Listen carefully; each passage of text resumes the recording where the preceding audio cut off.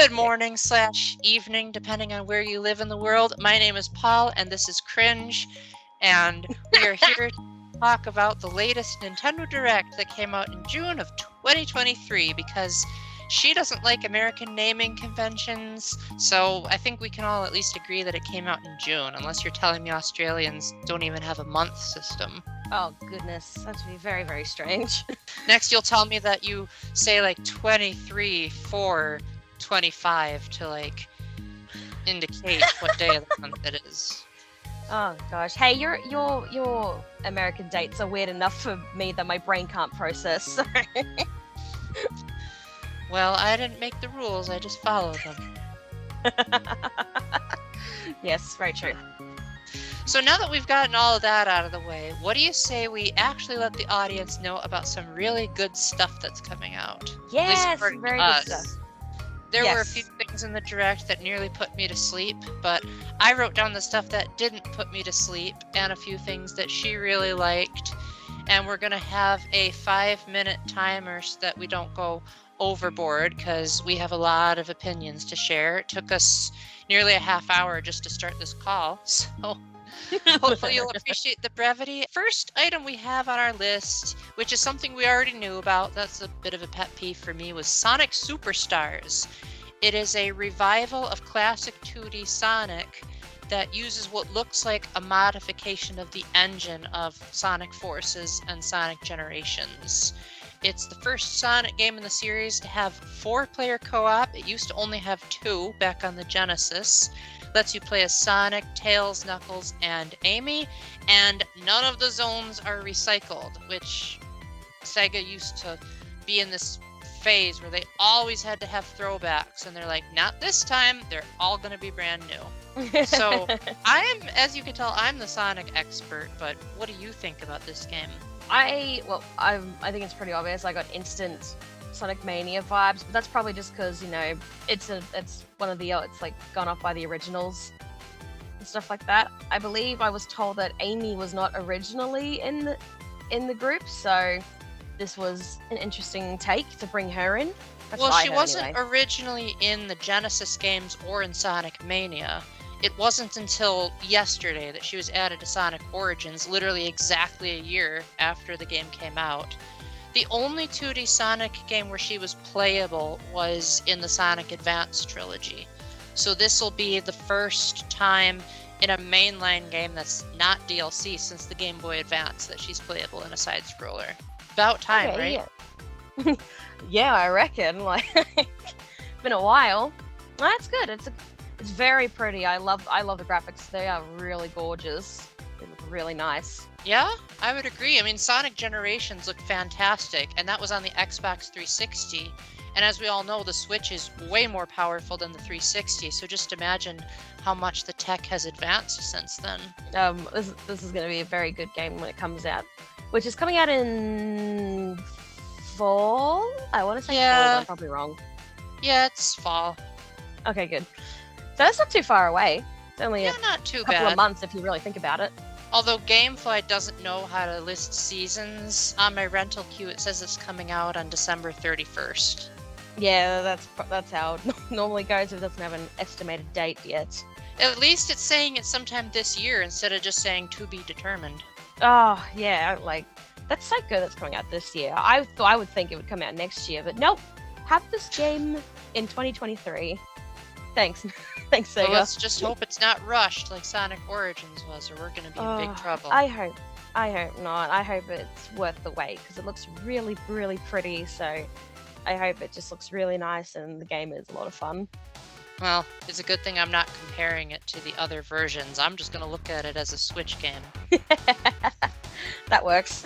That's my secret to liking most Switch games, is just seeing them as how are they better than Wii and Wii U games, as opposed to thinking how are they okay enough compared to PS4 games. Yeah, that works. So next up is a game that made Peggle groan and moan and throw a fit, and yet I was like, oh my gosh, this is amazing, bring it on.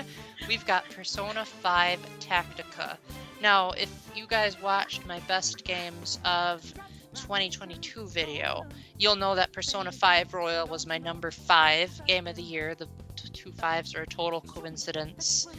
And I love the Phantom Thieves. I love that universe. I loved Persona 5 Royal so much, I ended up buying it, which is a rarity for me. And I beat it twice. So to have another opportunity to be with the Phantom Thieves is just beyond incredible. And it looks like it's using similar gameplay to that of the Mario+Rabbids games. So that really helps. Apart from that, I'm just happy to see the Phantom Thieves again. And you, on the other hand, were like, ew, it's a strategy game, so therefore it's disgusting. Even though she plays Pokemon, which is also a strategy game, so hypocrite. I think the only reason I got annoyed because I was like, man, we've already had a few Persona games. Can it take a break? But I don't think I commented at all actually on the gameplay. Like I saw it and it didn't register in my brain until when my guests pointed it out. Well, I think I know what you mean about like Persona games having a lot of presence this year, because we got Persona 3 Portable and Persona 4 Golden on the same day in early 2023. So this will be the third Persona game on the Switch in 1 year, assuming I'm not missing one of those, another spin-off. But honestly, I think it's a good way to branch out. How do I word this? Like, Persona 5 was known as the game that would refuse to come to Switch for so long, and when it finally did, it was the Royal Edition, which is by far the definitive version. And now we're getting a bunch of Persona 5 spin-offs, and we got Joker and Smash, and so it no longer has that stigma attached to it. So now that people like Persona because Persona 5 is by far the best, Atlas is like, well, why don't we bring the other games to the Switch? Maybe now people actually realize, oh wait, this was actually a series. It wasn't just a one-off. Yeah. Do you think you'll ever try it just because it's like Mario+Rabbids, or are you going to be like, Paul's the Persona guy, not me? Yep, you're the Persona guy.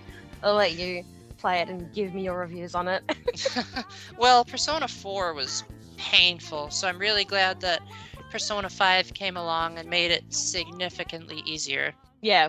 Well, since they didn't give us much to work with, shall we move on to a Pokemon announcement that was actually good? Detective Pikachu Returns. Actually made me pretty excited because 1, it had voice acting. 2, it looked better than Scarlet and Violet. 3, Kaiji Tang is the voice of Pikachu in this game, who you all might know as the voice of Yasuhiro and Gonta in the Danganronpa series. And I just like Pikachu's personality, because I played Detective Pikachu on the 3DS. I was one of the few people that knew it existed. And I really liked it because it was like a beginner's Ace Attorney. And that was the main reason why I got it, actually. So what did you think about Detective Pikachu Returns? Because you said you never played the one on 3DS, right? No. At first I thought it was like a Sword and Shield thing, because I saw a Pokemon that was only from Sword and Shield, and I was like, is this a Sword and Shield, like, new DLC that they decided to pull out of nowhere? And then I didn't notice it. I actually, the minute I heard that, I didn't even think that it was a spin-off just from the voice acting. I saw Pikachu's hat and I was like, oh, this is coming back. Well, that's nice of them to do. Hopefully the Detective Pikachu amiibo does more than just unlocking random quotes that he says, like it did in the original game. Yeah. What sort of gameplay is Detective Pikachu? Is it like tactical? You move around in third person and you like gather clues and evidence, and then eventually you'll like select which answer makes the most sense based on which evidence you have. So like I said, it's like a beginner's Ace Attorney. It also had some quick time events, but you really couldn't lose at them. If you did, the event would just reset, or it would just like still complete, but it would just be like, I don't know, Detective Pikachu slips instead of making the jump perfectly. So very ridiculously easy game, impossible to get a game over. Even if you got the deduction wrong, Detective Pikachu would be like, no, just try again. I love it's not the Ryan Reynolds voice. That is how Kaiji Tang did it in the original game. That is the original Detective Pikachu for me. Yeah, lots of people were, but I wouldn't say like lots, maybe there was lots, who knows, but a handful of people were like, man, I can never see Pikachu ever again without Ryan Reynolds' voice. So Said people didn't play the 3DS game. No, pretty much. So they're all like, "Oh, I wish Ryan Reynolds was doing it," and I'm like, "No, you don't." No, you don't.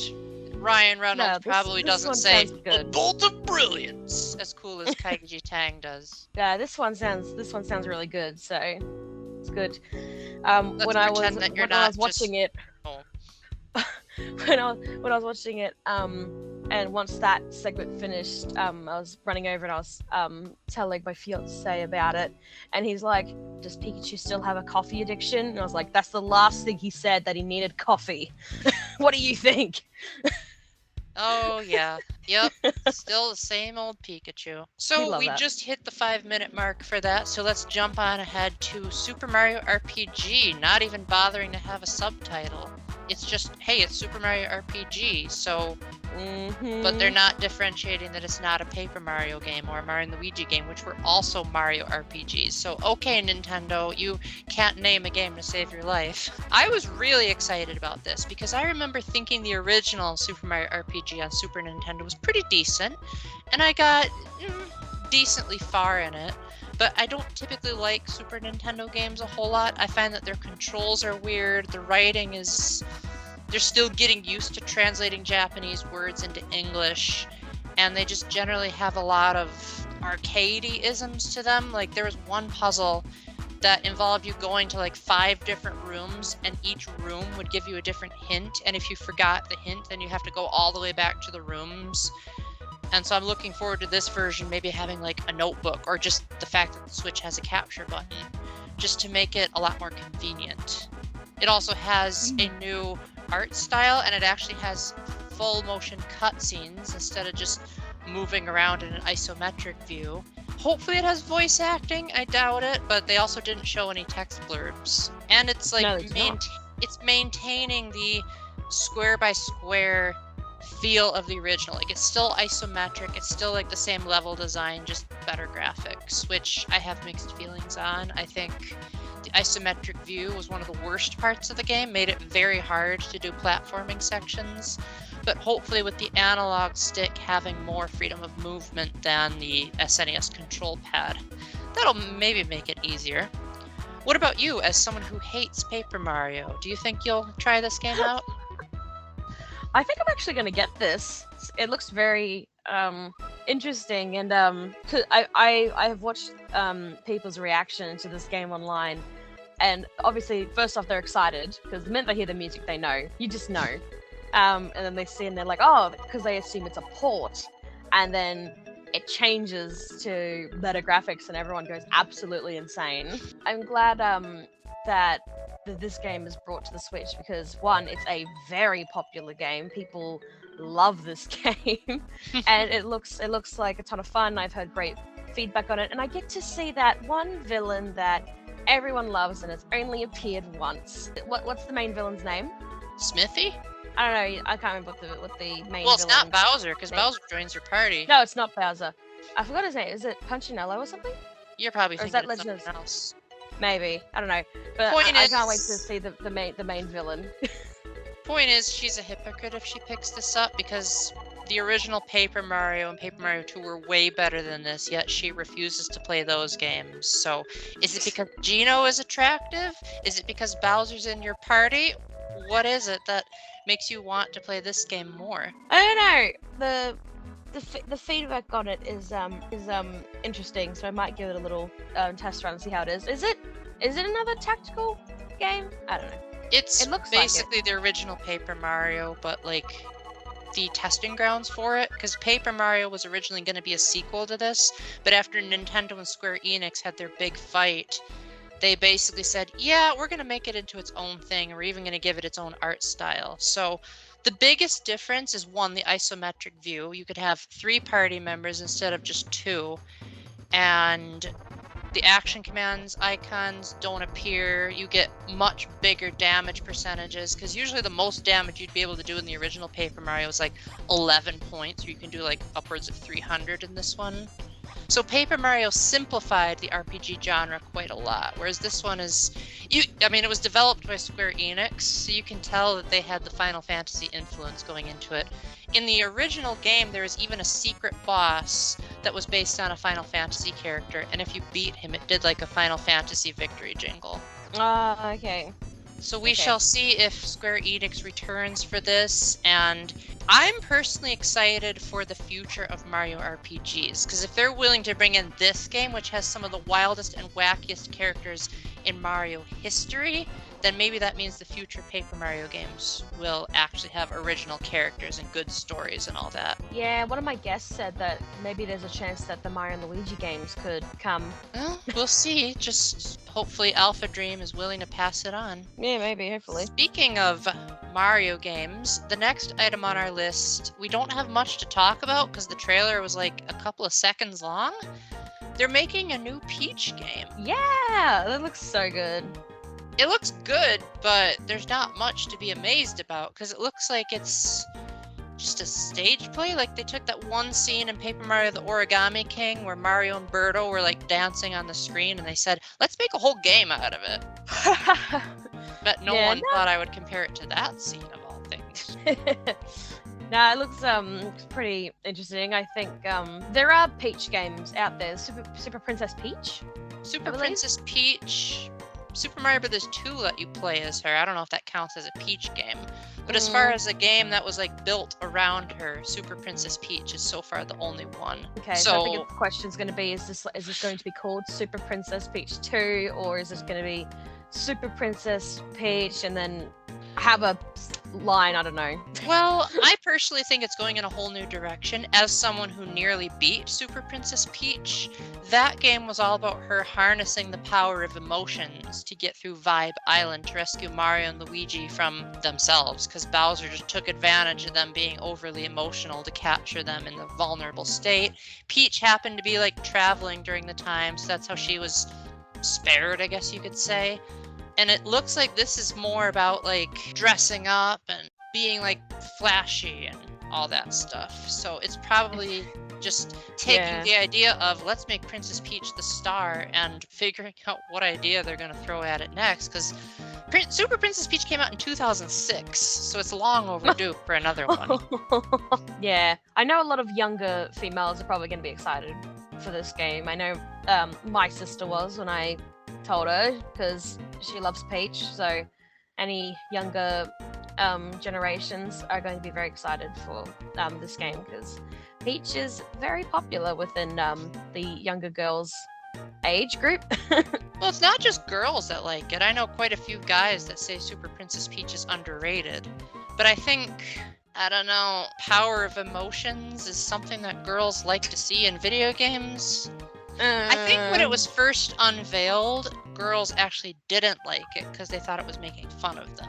But nowadays, people are just like, it's just a really fun and creative platformer. And nowadays, there's like, oh, men can have emotions too. So times change, don't they? Yeah, I guess. So we can't really drag that out too much more. So they had yet another Mario game, sort of, and that they're porting Luigi's Mansion Dark Moon to the Switch, which currently it looks kind of rough in the graphics department, but so did Luigi's Mansion 3 when it was first revealed, and now everyone says it's like the best looking game on the Switch. So give it time. They said it's a 2024 release, so they probably have plenty of time to polish it up. It also means that the Switch is going to have games in 2024, despite what the leakers said. So don't always believe the leakers. No, very true. No, I think this was a highlight, 100%, because I love Luigi's Mansion 3. I think it's a really fun game. So when I saw this, I was like, oh, I'm gonna get this. This is a day one get, because I think, well, my opinion on this was, why are they bringing in the second when they could bring in the first? But what do I know? They probably figure we already put the first one on 3DS. Go buy the old system. Wow. I mean, that's probably the same reason why they haven't remastered Path of Radiance or F-Zero GX, is they're like, just go buy the old systems, will ya? Probably, yeah. You didn't support us back then, so we won't support you now, kind of logic. I did. I got Path of Radiance back when it was popular, and now everyone is like, oh my gosh, it's $150. It was $40 when it first came out. That's how you know that Fire Emblem games were actually good back then. Yeah. How did we get onto Fire Emblem of all things? I don't know. No, I can't wait to play it. I'll definitely play this.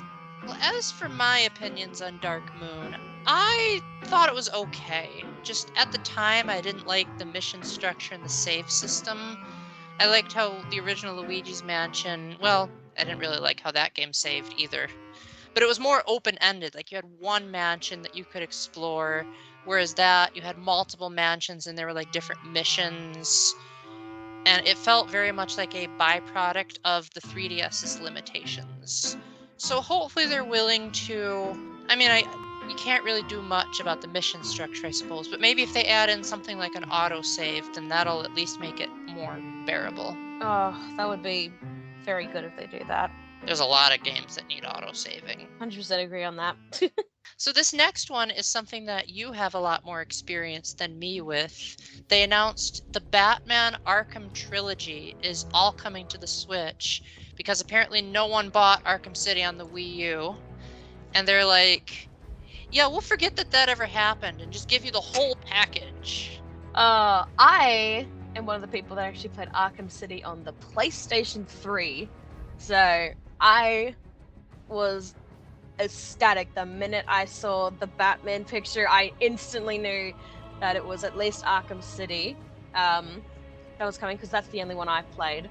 I've not played the other two, which I'm kicking myself. I really wanted to, but now I can't. So I'm like, yes. I loved Batman Arkham City. It's one of my favorite games on the PlayStation. It's just so much fun, and it really gets into the dark side of Gotham City and Batman. It can really show you, like, man, DC is really, really dark. Yeah, literally and figuratively. Yeah.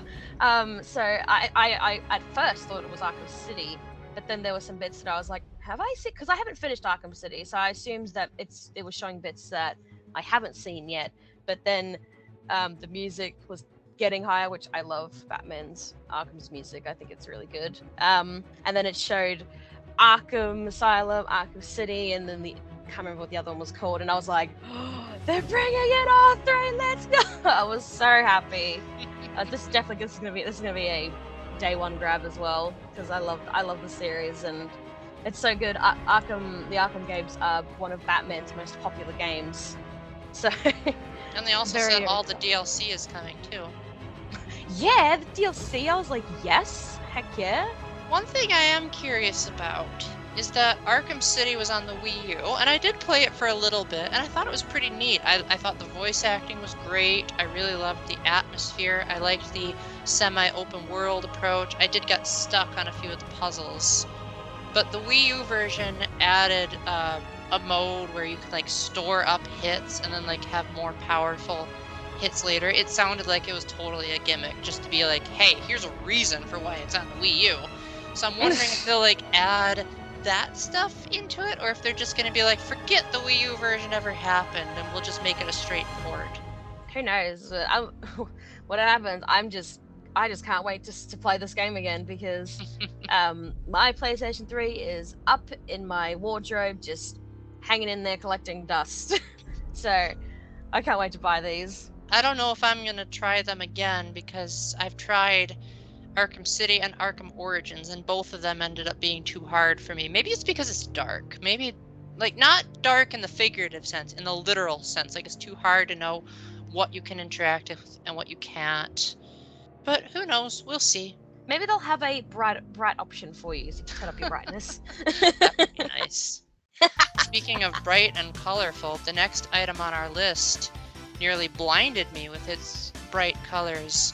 We have Penny's Big Breakaway, which is a new IP that was made by the developers of Sonic Mania, which, if you don't know, Sonic Mania was comprised of a bunch of Sonic hackers that Sega officially endorsed to say, like, hey, you guys are so good at making ROM hacks of Sonic games, how about we publish you making an official one? So now they're like, okay, let's make something brand new now. Yeah. So that's the main reason I'm putting this on the list. I can't remember this. I actually could not remember this game on the direct, so I went to go back to look and see which one was this one again. It's the yo-yo one. Yup. Basically, she's turning into Ness. Nah, this looks adorable. This looks adorable. I think it's a very cutesy looking game. It does kind of remind me of the Tori games, which were 3D platformers that had really good controls, but it was like a throwback to like old school 3D platformers. So I think if the Sonic Mania team proved that they know how to handle two-dimensional platformers, they can probably do this one really well. However, it's an early 2024 release, so we've got a lot of time to wait for it. Yeah, yes, we can wait. We can wait for quite a while. This looks good. I hope it's a success because it looks very cute and very adorable. So I hope it does well. Very cute and very adorable equals success. That's Peggle logic. Put it on a tombstone. Yep. That means that all the Barbie games on the Wii U were amazing by that logic. I almost did a review of one of the Barbie games on the Wii U because my friend Nick and I tried to torture ourselves, but at the last minute he was just like, Paul, I just can't do it anymore. Well, what do you think? Do you think this game is going to be a success? I think it'll be better than Barbie's Dreamhouse Party. That works. Yeah, I think it'll be pretty good because, like I said, the Tori games are really good, and it looks like it's going to be better than that. I've also heard a lot of people compare it to Hat in Time, and that was a pretty decent platformer. Banjo-Kazooie is like the quintessential 3D platformer, so hopefully it will like draw off of that game's success as well. Yeah, I think I'll actually realize now a lot of people actually mentioned a Hat in Time with this game, so I think a lot of people will get this mainly because, you know, they loved Hat in Time and they want to see how this game plays out. Yeah, well, let's hope for the best. So moving on, we got a brief teaser of Wave 5 out of 6, so we're getting to the finish line, of Mario Kart 8 Deluxe's DLC. They didn't show much, as usual. They love to just give us teasers. But apparently they are letting people race around over a toilet as the new course. And they're adding 3 new new, as in returning characters. Petey Piranha from Mario Kart Double Dash, Wiggler from Mario Kart 7, and Kamek from Mario Kart Tour, who was originally going to be a character in Mario Kart 64, but they swapped him out for, I think, Wario was the one they replaced. Oh, okay, I didn't know that. I could care less about new characters, so for me, I think the new course was the highlight because, my gosh, they have finally gotten to the point where they're actually making the Wii U version's courses look obsolete because it looked utterly amazing. Like, with the whole booster course pack so far, at first I thought they looked like trash. And then as they went along and kept saying, okay, they're better, but the Wii U courses still look better. Now I think they're at the level of actually surpassing what the original Mario Kart 8 did. Yeah. Now this game is gorgeous. I'm excited I am one of those that are excited for the characters because I know Petey Piranha and Wiggler are very popular characters.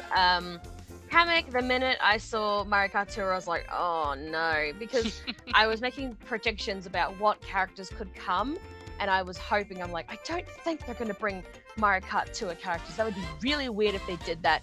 And they should Kamek, and I'm like, well, there's a chance now, because if they've brought all 3, that means there should be 1 left. That means, I think there's actually going to be 2 left, if I'm remembering what the character slot looked like. Yeah. It would be weird if one of them was Rob.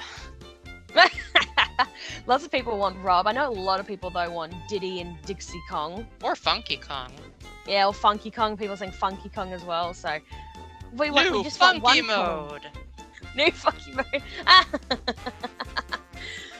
No, the game looks... The map looks really, really nice. I didn't even realize that it was a bathroom until someone... one of my guests was like, that's a bathtub. We're swimming in a bathtub. And I was like, what? Hopefully, you'll remember that it's the tile 5th from the top and 3rd from the right when you get into the shower part of it. Yes, I'm going to edit that in. Ah, okay.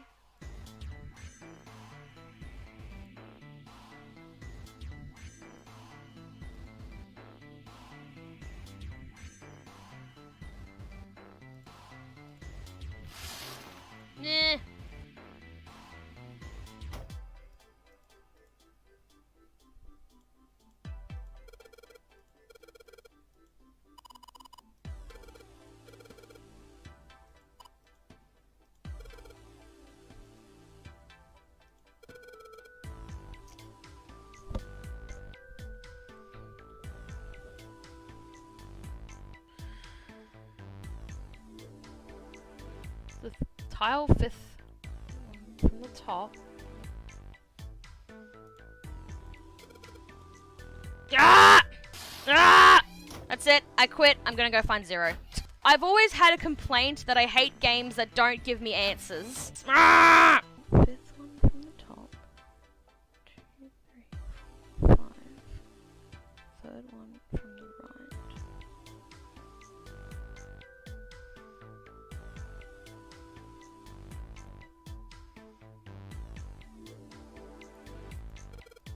Give me a click everywhere. Click everywhere. I found it. I hope in this wave they bring in some N64 maps, because in the past couple they haven't.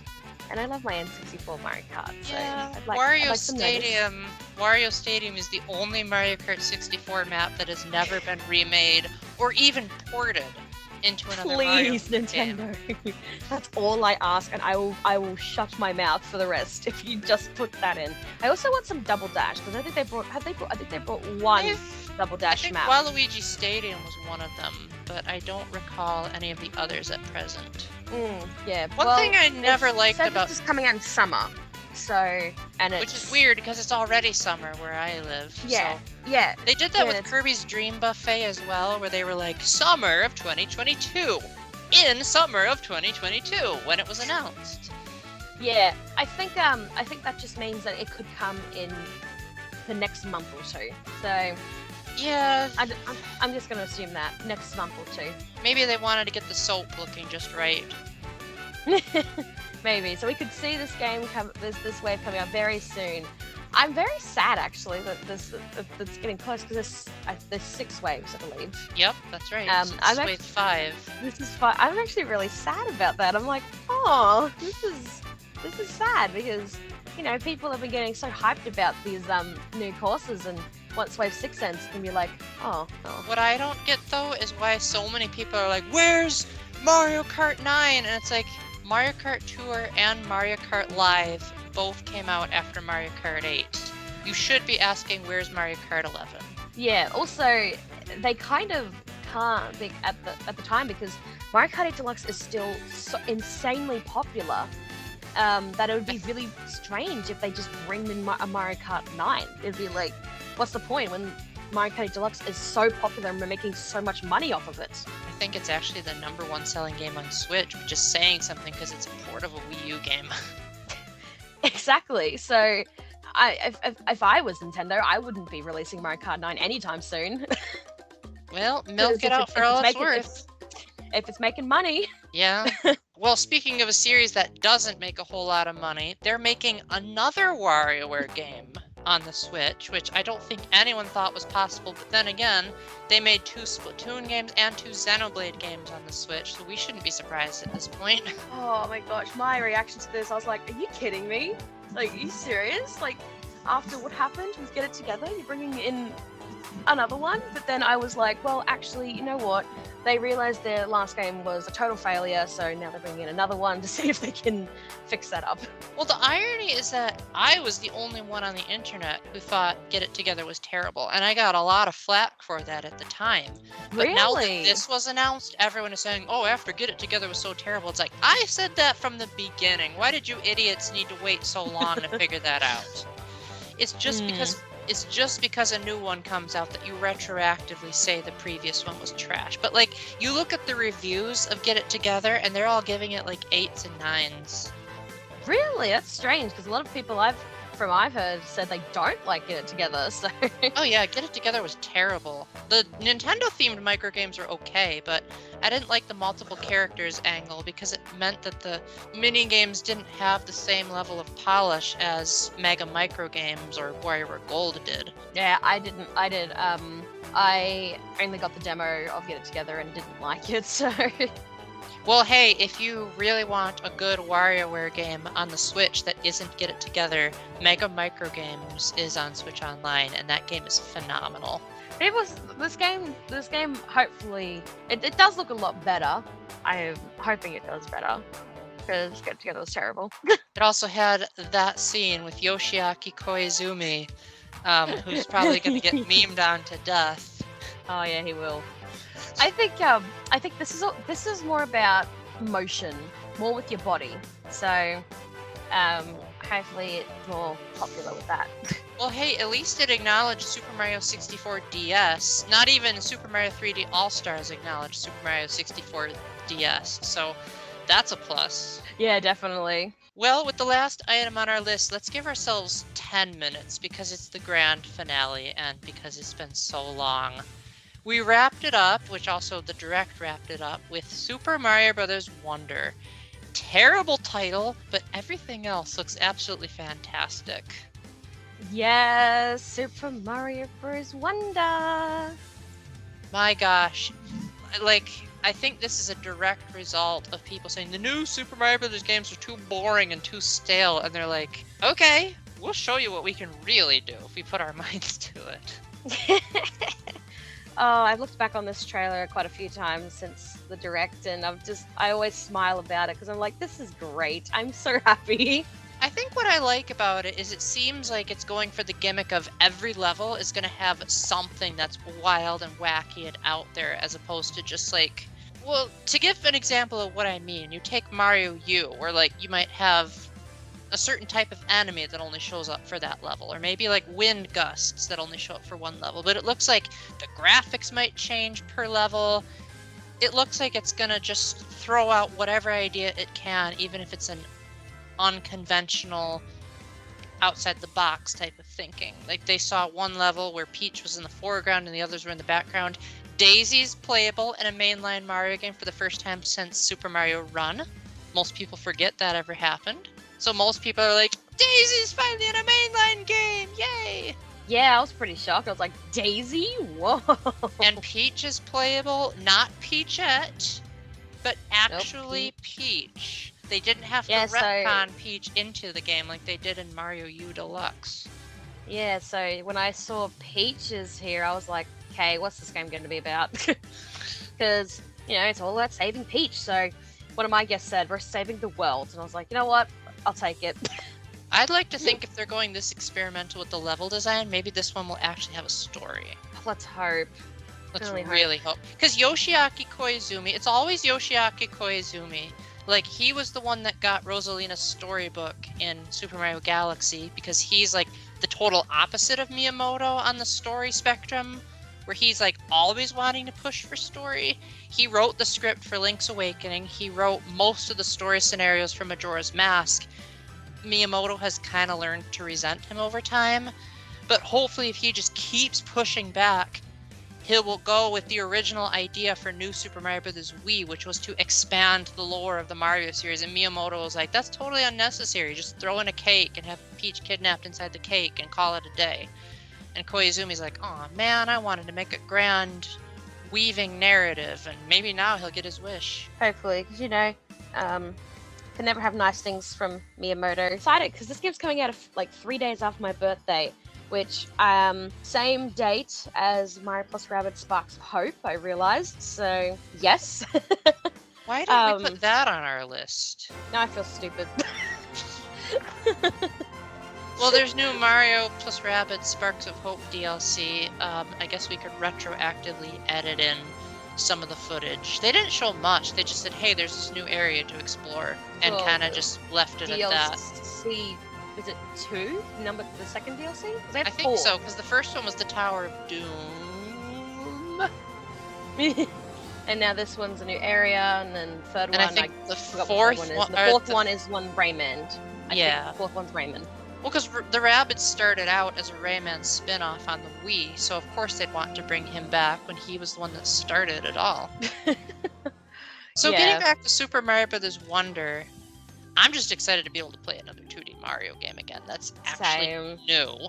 Do you think this is going to be online, or do you think it's going to be like all the others and just be like Uh, local play and everyone has to be in the same room? Well, considering that Super Mario 3D World Switch port added online multiplayer, I think they could do it. They just are going to have to make sure it's better than when Super Mario Maker 2 tried to do it, because that was abysmal. Yeah, and Super Mario 3D World Online. It's good for some people. For me, it's not. I mean, obvious reasons. Skyly and I managed just fine when we did the final level, but that was because we're both Americans. I wasn't too bad with some Americans, but certain times it will like lag and stuff. But I wouldn't be mad if they made an online port for Wonder. It would just be interesting how it would play out. Yeah, hopefully they let people like have their own screen or something like that, because that was something that was great about the Wii U that the Switch has kind of just ignored. Yeah, I can't like this game. I think one thing that I heard on one of your streams, I won't say who said it, but one of the people in your streams said that she was disturbed about Mario turning into an elephant, which I was like, of all the things to be disturbed about, why that? Have you seen the feedback in the community for Mario being an elephant? No, I typically try to stay away from Twitter. People are not happy. That's the Why? only thing they don't like. I think it was just random and awkward. But that's the whole game. The whole game is random and awkward. I know, obviously, but I think just an elephant of all things, people were like, why an elephant? I mean, what if it's a callback to Flood, where Mario can use his nose to, like, attack things with water, similar to Super Mario Sunshine, and now people are like, you know what, Flood was actually cool all along, and we unfairly judged that game. Hey, now that I think about it, what if they bring back Flood? Oh my gosh. Be cool to have in a 2D Mario game. I said I didn't mind it. I thought it was weird, but I was like, it's not the worst thing they could pull out. I did say in a later stream afterwards that another animal that I think would be better and and funnier would be a cheetah. See how fast Mario can run.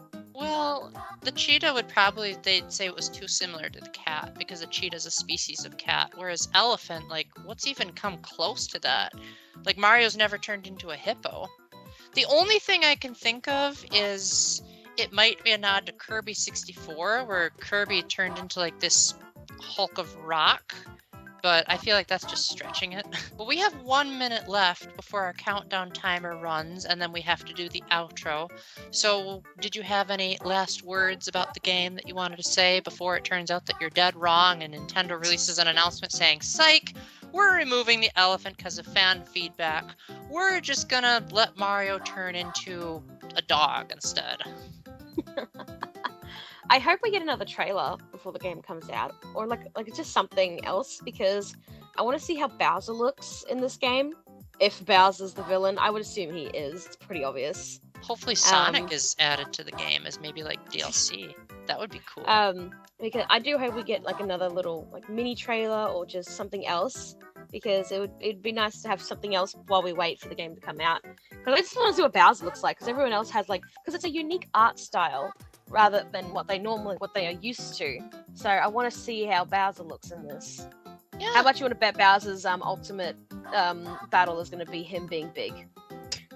I mean, they did it in New Super Mario Bros. Wii, so I don't see why it wouldn't be done again, but just better. Let's hope. Let's see if it'll do better, because the Wii one is one of the best ones. So let's see how they'll do. If they'll do it like they did with Super Mario Bros. U, or if they'll do it even better than the Wii.